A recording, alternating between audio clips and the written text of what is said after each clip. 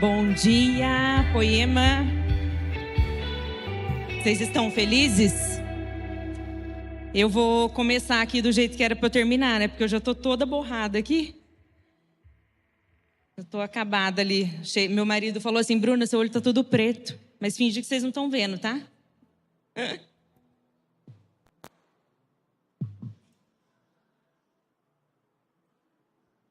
Jesus, obrigada, Jesus, por essa manhã que a gente pode estar aqui, Jesus, buscando mais a Tua presença. Senhor, eu me coloco aqui como um canal, Jesus, para o que o Senhor quiser fazer. Que não seja nada, Pai, da minha vontade, mas que seja o Senhor, Pai, através da minha boca. Jesus, encontre corações aqui, Pai, aberto, Pai, para receber da Tua palavra. Para que o Senhor venha, Pai, ministrando cada coração aqui, em nome de Jesus. O Senhor é tudo para a gente, o Senhor é o único motivo da gente estar aqui, Jesus. A gente não veio aqui para ver um outro, mas a gente veio aqui para sentir a Tua presença, para buscar mais do Senhor, Pai, nesse lugar. Obrigada, Espírito Santo. Feliz Dia das Mães, para todas as mamães. Para quem não me conhece, meu nome é Bruna. Sou casada com o Lucas, aquele bonito que está sentado ali. Eu sou mãe da Maria, de 10 anos, do Luquinha, de 7, e da Bela, de 8 meses. E hoje eu queria compartilhar uma palavra com vocês,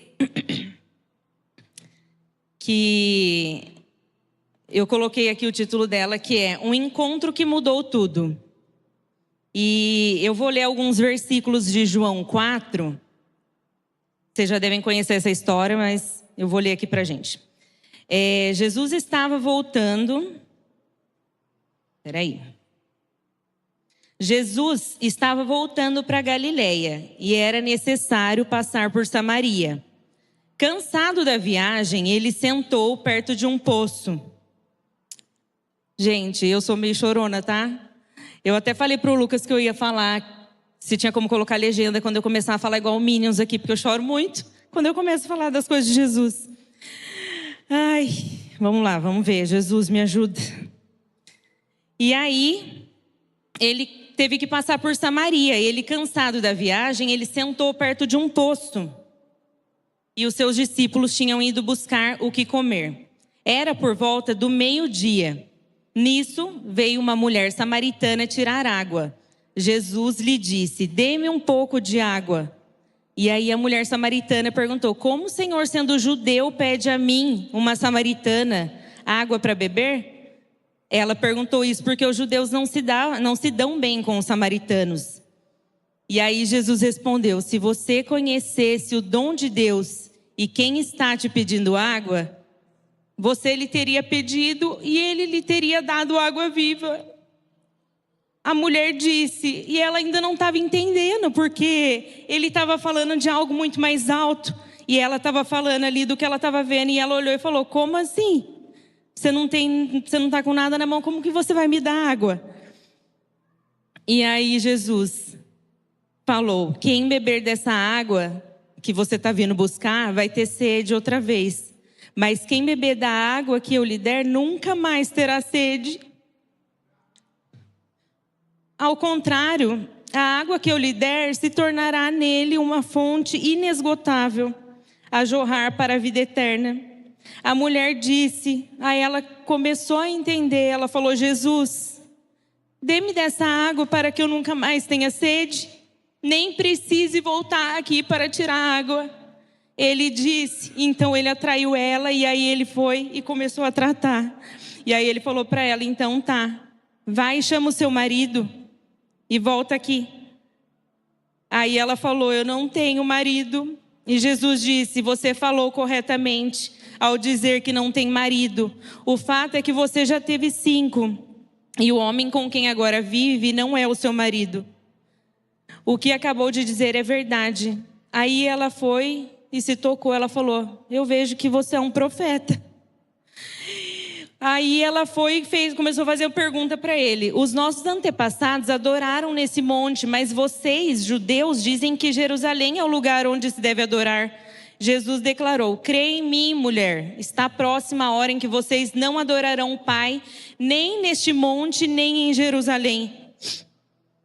Vocês, samaritanos, adoram o que não conhecem, nós adoramos o que conhecemos, pois a salvação vem dos judeus. No entanto, está chegando a hora, e de fato já chegou, em que os verdadeiros adoradores adorarão o Pai em espírito e em verdade. Esses são os adoradores que o Pai procura. E aí a mulher disse: eu sei que o Messias vem. Aqui ela ainda não tinha entendido quem ele era. E aí ela falou para ele: eu sei que o Messias vem e que é chamado Cristo. Quando vier, ele nos explicará tudo. Então Jesus declarou: eu sou o Messias. É eu que estou falando com você. Então ela deixou o cântaro e ela voltou para a cidade para contar para todo mundo. Venham ver. Deixa eu pegar um lencinho aqui. Gente, minhas amigas até me conhecem. Eu estava sentada ali, minha amiga Larissa entregou um lencinho para mim. Obrigada, Larissa. Ai. E aí ela voltou para a cidade e falou: venham ver que... A mulher deixou o cântaro e voltou à cidade e disse ao povo: venham ver um homem que me disse tudo o que eu tenho feito. Será que ele não é Cristo? Então saíram da cidade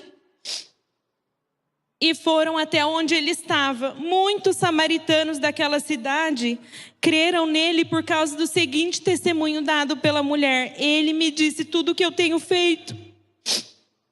Assim, quando se aproximaram dele, os samaritanos insistiram em que ele ficasse mais.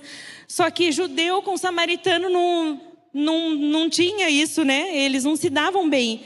E os samaritanos foram correndo até ele e falou: fica mais um pouco aqui com a gente. Então os samaritanos, eles disseram à mulher: agora cremos não somente por causa do que você disse, pois nós mesmos o ouvimos e sabemos que este é realmente o Salvador do mundo. Sabe, aqui fala de Jesus se revelando para a samaritana. E ele se revelou como Messias. Foi pela primeira vez, ele se revelou para uma samaritana, para uma mulher que não tinha valor nenhum. Podia ter buscado uma pessoa mais importante aos nossos olhos. Nossa, eu vou falar para uma pessoa mais importante, né?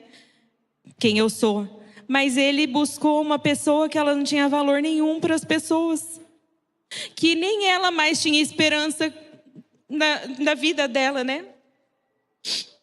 Só que aqui, como eu coloquei o título da mensagem, um encontro que mudou tudo. Ela, um momento antes, estava totalmente aprisionada em uma vida imoral. Ela estava sem saída. Ela não tinha nem para onde ir nem vir. Indo ao poço no horário do meio-dia, porque era o horário mais quente, que não tinha quase ninguém ali, porque nem as mulheres queriam ficar perto dela. E Jesus, ele estava ali, ele sentou. Ele não se preocupou com o que as pessoas iam pensar, sabe? Ele sentou e aí ele foi e teve essa conversa com ela. E aí eu queria falar para vocês, eu não sei como vocês chegaram até Jesus. Teve um dia que eu abri o culto aqui, eu contei breve, né, meu testemunho. Mas quando eu cheguei, quando eu encontrei Jesus, eu não vim bonitinha, não vim legalzinha.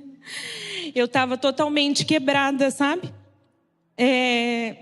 Tinha muitos traumas, não tinha esperança, não tinha vontade de casar, porque eu cresci em uma família que o meu pai e minha mãe sempre foram maravilhosos comigo e com as minhas irmãs.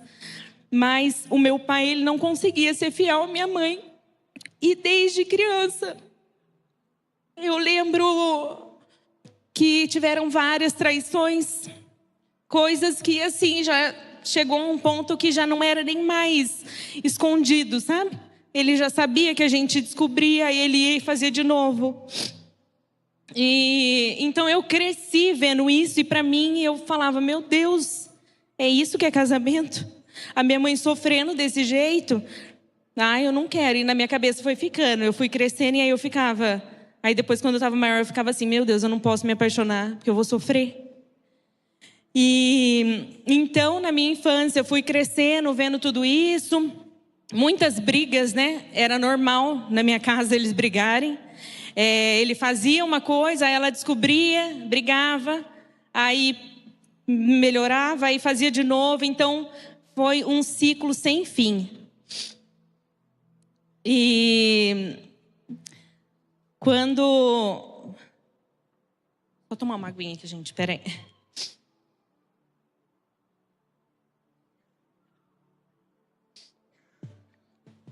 E aí fui crescendo nesse ambiente, não tinha uma visão assim clara do que era realmente a vontade de Deus para uma família, né? Como era ali o que Deus tinha criado.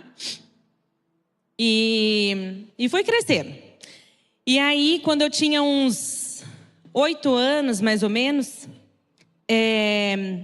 tinha uma pessoa que era parente de parente, era próximo da família, e era evangélico. Na verdade, era sabor evangélico. Porque ele não tinha provado dessa água, porque se ele tivesse provado, ele teria jorrado em nossa família. E não foi isso que ele fez.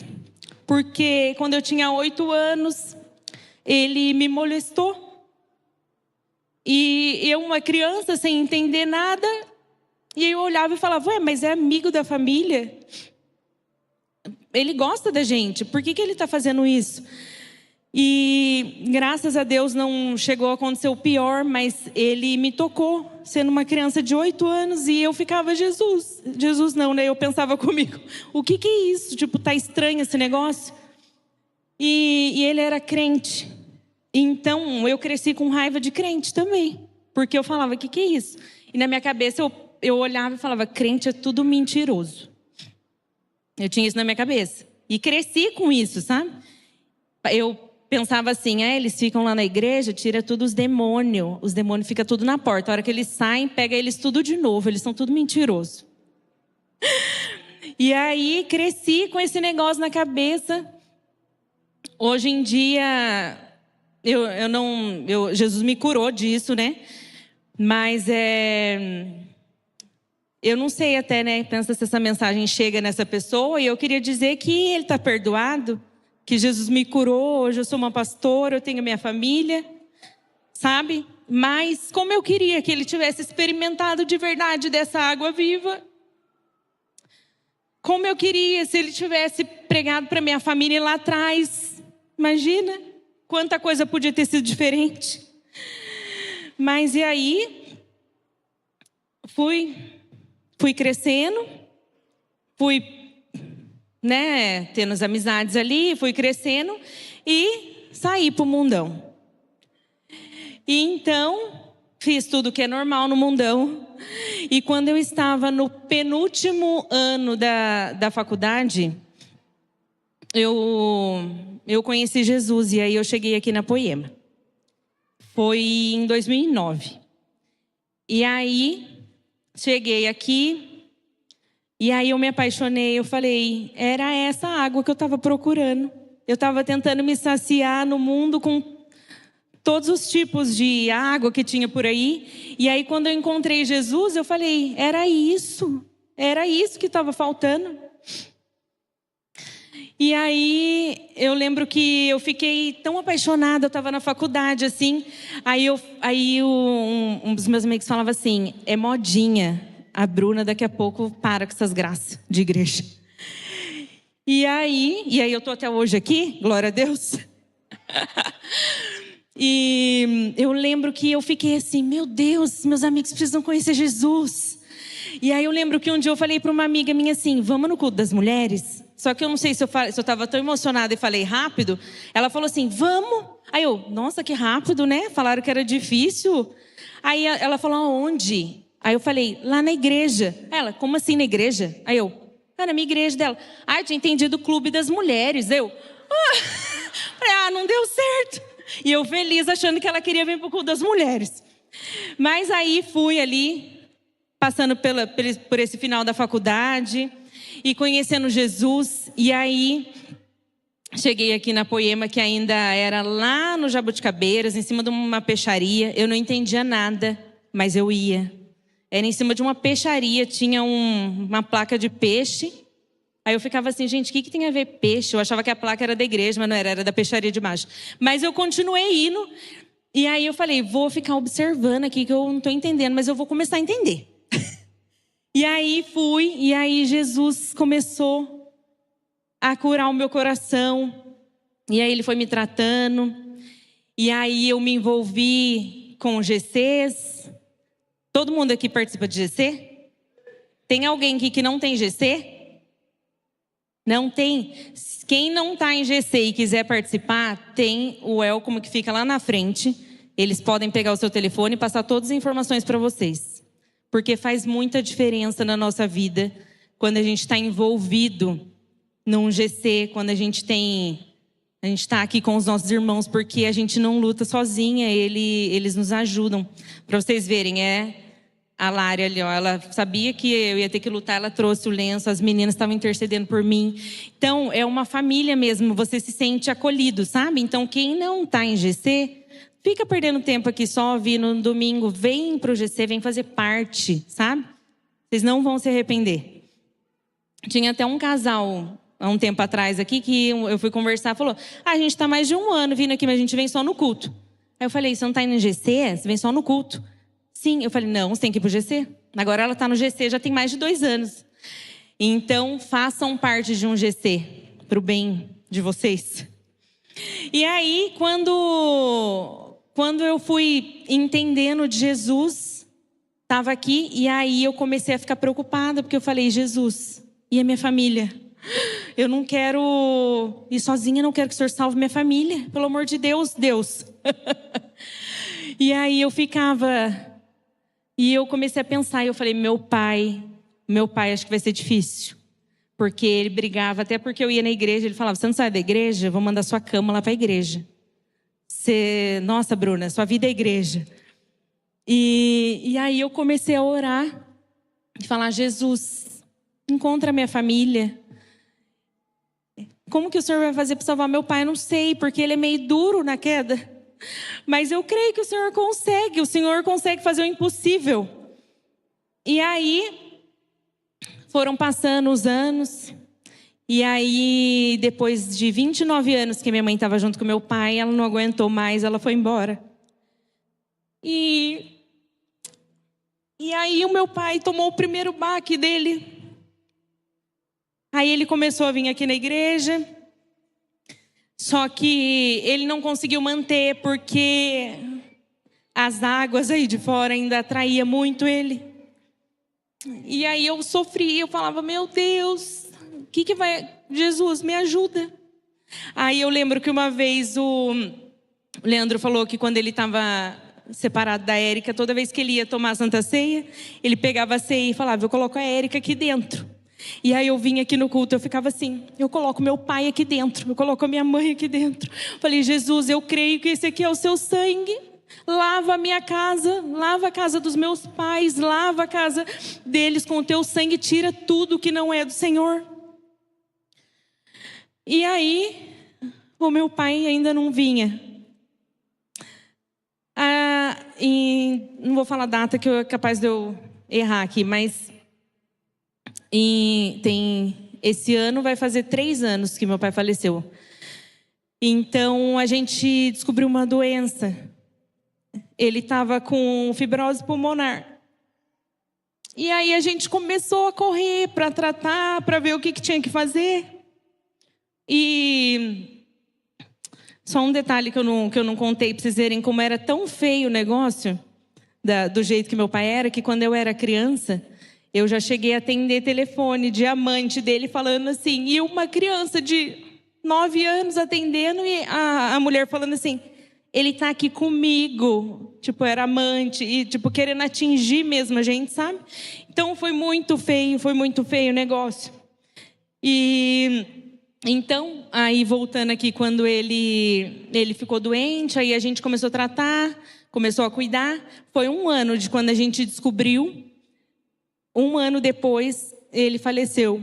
Mas, um pouco antes dele falecer, ele olhou para o Lucas e falou assim: Lucas, cuida da Bruna, porque eu estou indo embora. Aí o Lucas falou assim para ele: Toninho, você quer ver alguém? Você quer comer alguma coisa? Você quer ir em algum lugar? Eu te levo. Aí o meu pai olhou para o Lucas e falou assim: eu não quero, a única coisa que eu quero é que Jesus apague o meu passado. Então, o Lucas conversando com ele, no começo ele relutava, né, com essas coisas de igreja, mas no final ele viu que não tinha para onde ele correr, e essa era a água que ele buscou a vida inteira, que ele buscou em outros lugares, sabe? E aí o Lucas olhou para ele e falou: Toninho, você conhece a história do ladrão da cruz? Aí meu pai falou: mais ou menos. Aí o Lucas contou. Aí o Lucas foi e falou para ele: o céu não é lugar de pessoas perfeitas, o céu é lugar daqueles que creem. E se você crê em Jesus, você vai estar com ele, Toninho. Então, os últimos dias do meu pai, a gente passou com ele no hospital, sabe? Toda a água que ele procurou aí fora e não encontrou, a gente que já tinha encontrado, a gente pôde derramar nele. A gente ficou todos os dias que a gente pôde do lado dele, até o momento que eles não deixaram mais, mas a gente ficou ali, sabe? Se Jesus não tivesse me curado, eu podia ter raiva dele e falar: olha o que você fez com a nossa família, agora não quero nem ficar aqui junto com você também. Mas eu encontrei a água viva, sabe? E eu fiquei tão feliz de poder ficar até o último ali com ele, sabe? Não tinha amigos do mundo, mulherada ali. Quem estava com ele foram as filhas dele, que ele deixava em casa para ele fazer as vontades dele para a rua. Mas Jesus é tão gracioso que a gente ficou com ele ali e cuidando dele, segurando na mão dele, passando creminho nele, e a gente ficou com ele até o final do que a gente pôde ficar. E aí, no último dia, ele teve que ficar num quarto lá sozinho. Mas eu entendi que foi Jesus mesmo cuidando até desse momento, porque ele podia ter falecido na nossa frente e ele acabou tendo os últimos momentos dele ali, que eu acredito que foi um momento que ele pôde refletir e ficar só ele e Jesus, sabe? E então, se Jesus não tivesse me curado de tudo isso que eu trouxe, dessa bagagem, né, da minha família, eu não teria minha família hoje. E eu sou casada faz 13 anos. Faz 13 anos. E a gente olha para a nossa família, a gente às vezes até se emociona, né? Porque a gente fala: não podia ser a gente não ia ter capacidade de construir isso se não fosse Jesus. Não tem uma outra explicação, é Ele, sabe? Não teria como. A gente olha para os nossos filhos, eu olho para eles e eu falo: eu não merecia. E aí Jesus foi me tratando em tudo isso. E aí foi nos curando, nos deu a nossa família. E deixa eu tomar mais uma aguinha aqui, gente.